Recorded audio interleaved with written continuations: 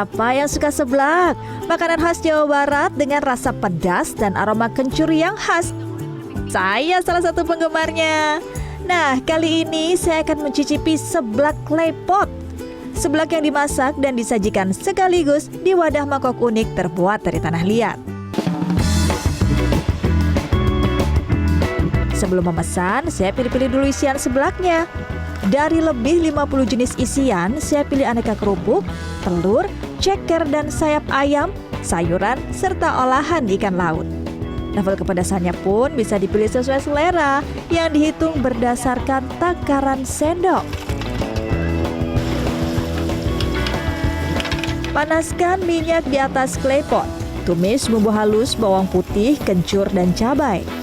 Kalau sudah matang, tuangkan kuah kaldu rempah atau yang dinamakan kuah cikruh. Kemudian masukkan isian seblak ke dalam kuah mendidih dan tambahkan penyedap rasa. Memasak menggunakan klepot diperlukan teknik khusus karena tidak semua klepot bisa digunakan untuk memasak. Di sini klepot yang digunakan merupakan produk asli buatan Bandung loh. Klepot itu kan dari tanah liat ya. Kalau kena panas itu pasti meledak gitu. Jadi kita juga ngatur apinya juga harus sesuai. Ketika kita ngasih bumbu, ketika kita masukin air sama topping, itu ada tekniknya sendiri. Nah, pesanan seblak dengan pedas level 1 saya sudah datang. Mari makan. Rempah-rempahnya benar-benar terasa, terutama kencurnya. Dan yang pasti nih, si seblak klepot ini super panas. Jadi saya pesanannya udah datang 10 menit lalu, tapi belum bisa berhasil saya makan karena memang masih sangat panas. Dan harus berhati-hati juga ya sama klepotnya ketika makan, khawatir kena kulit. Selain membuat makanan bisa tahan panas lebih lama, aroma berasap yang dihasilkan klepot memberi sensasi tersendiri. Inilah yang membuat para pencinta seblak pun tertarik untuk mencoba. Panasnya aja sih ya, lama banget. Sensasi panasnya itu loh.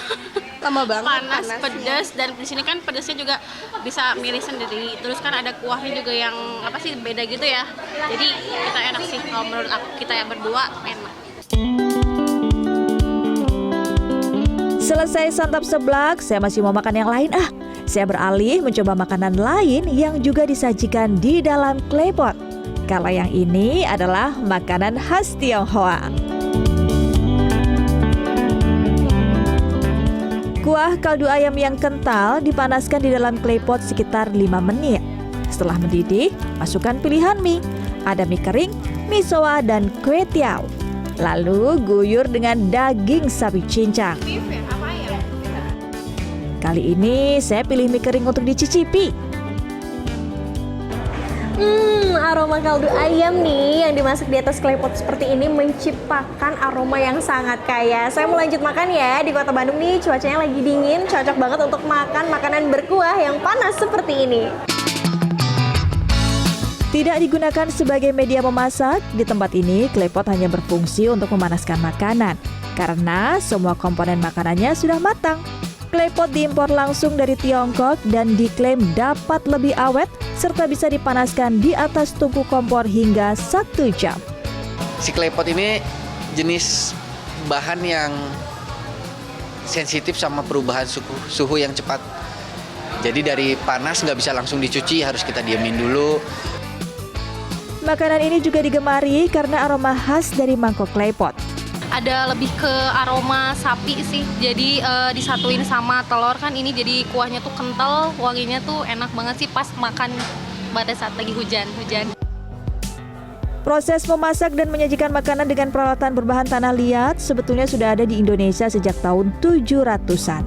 Kaprodi Manajemen Industri Catering Universitas Pendidikan Indonesia menyebut ditemukan relief-relief peralatan masak tanah liat di kawasan Candi Borobudur.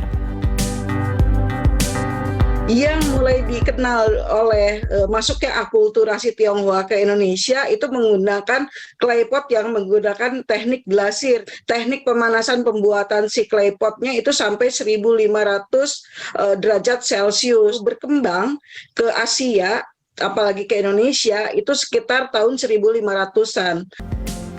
Dewi menambahkan, manfaat klepot untuk makanan diantaranya dapat mendistribusikan panas secara merata dan mempertahankan panasnya lebih lama. Bahkan, klepot juga dianggap dapat membuat makanan lebih awet. Rizka Rizlia, Rizky Rahadian, Bandung, Jawa Barat.